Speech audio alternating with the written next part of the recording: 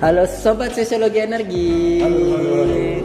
Berjumpa lagi nih bersama kelompok 3 di mata kuliah Sosiologi Energi. Di sini aku, Yohanes Mario Putra Bagus dari program studi Teknik Fisika Angkatan 2022 akan berbincang-bincang nih dengan kedua teman saya untuk memberikan argumentasi dan opini soal berbagai isu energi yang ada di Indonesia dan ada di dunia. Nah, sebelum itu aku boleh dong untuk memperkenalkan teman-temanku yang sangat kritis dan juga sangat intens terhadap isu-isu energi. Boleh dong dari sebelah kiri saya terlebih dahulu.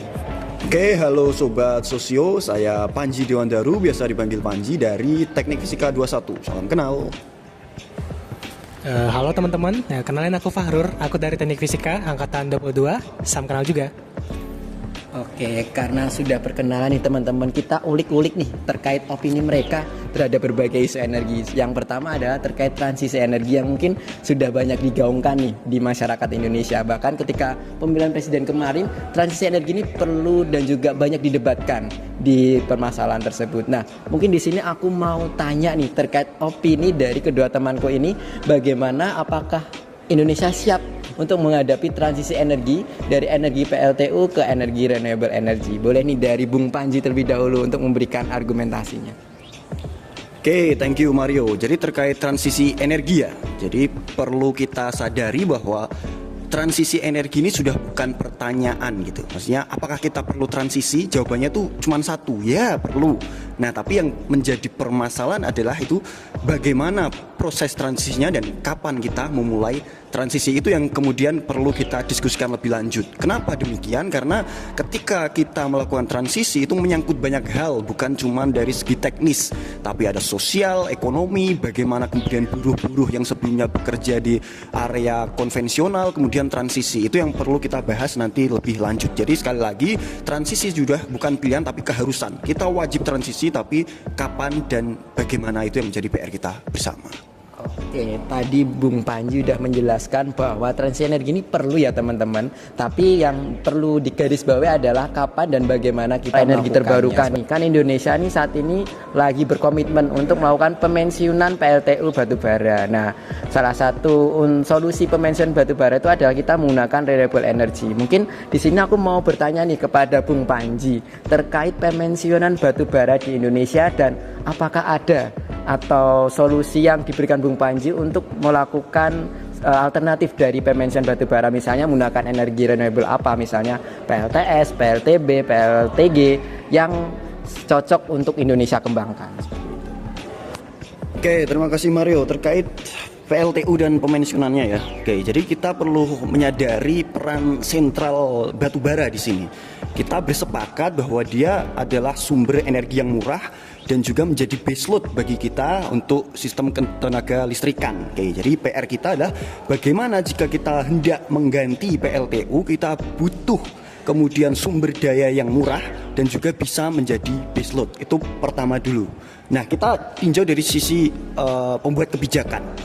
Setiap pembuat kebijakan itu setidaknya perlu kemudian menyenangkan 3 pihak. Apa saja itu? Pertama, pihak investor, kedua pihak kontraktor, dan ketiga adalah pihak masyarakat. Nah, apakah kita jika memensiunkan dini batubara ini apakah bisa kemudian menyenangkan tiga sektor tersebut, tiga entitas tersebut? Nah, kalau menurut saya yang benar adalah bukan pemensiunan dini PLTU batubara, tapi apa? Pemensiunan batubara setelah dia mencapai atau kembali modal investasi. Itu karena kalau kita melihat investor-investor yang membangun PLTU itu mereka mengeluarkan mengeluarkan biaya investasi. Nah, kebanyakan misalnya sebelum sampai kepada pengembalian modal sudah dipensiunkan, itu akan membuat kekecewaan pada investor kita. Jadi yang benar adalah apabila hendak pensiun batubara itu bukan dini, tapi pensiun jika sudah kembali modal. Nah, itu tentu butuh butuh waktu yang tidak singkat ya. Nah, di antara selang waktu daripada kita menunggu pengembalian modal tersebut, kita juga menyiapkan skenario-skenario untuk para pekerja-pekerja kita. Misalnya apa? Upscaling kah? Atau rescaling? Atau kemudian pelatihan-pelatihan yang jika nanti sudah kita transisi, mereka mampu menghadapi industri-industri baru tersebut. Nah, kemudian untuk pengganti PLTU, karena saya bilang butuh baseload, apa yang kemudian bisa menggantikan itu semua? Apakah PLTS? Apakah PLTB? Saya rasa tidak. Kenapa? Bayu dan surya itu intermittent, dia bergantung cuaca. Ketika hujan, ketika tidak ada angin, ketika cahaya redup, mereka akan terpengaruh. Nah, apa kemudian yang meskipun dia hujan, meskipun dia kemudian musim dingin dan hal sebagainya, malam dan sebagainya, tapi dia tetap kemudian mengeluarkan energi yang baik, yaitu pertama adalah geothermal.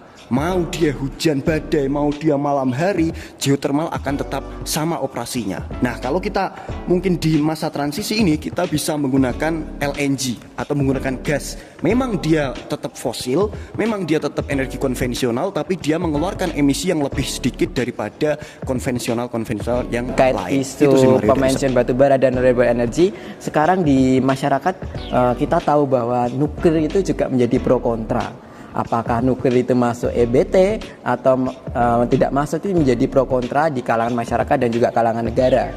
Bahkan perubahan peraturan perundang-undangan dari semulanya itu EBT dan berubah menjadi non EBT atau undang-undang khusus soal nuklir itu juga menjadi masalah.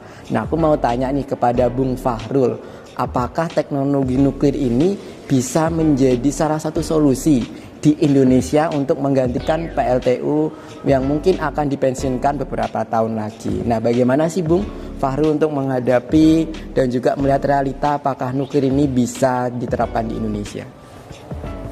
Oke, terima kasih banyak ya Mario atas pertanyaannya. Kita harus paham bahwa nuklir itu adalah energi yang paling bersih dibandingkan yang lain. Apakah yang lain juga setuju? Kurang lebih setuju. Dan ya betul, nuklir itu meskipun memiliki kesan yang negatif di masyarakat, namun nyatanya adalah nuklir itu adalah pembangkit listrik yang paling minim kecelakaan sepanjang sejarah kalau misalkan kita bandingkan dengan PLT yang lain.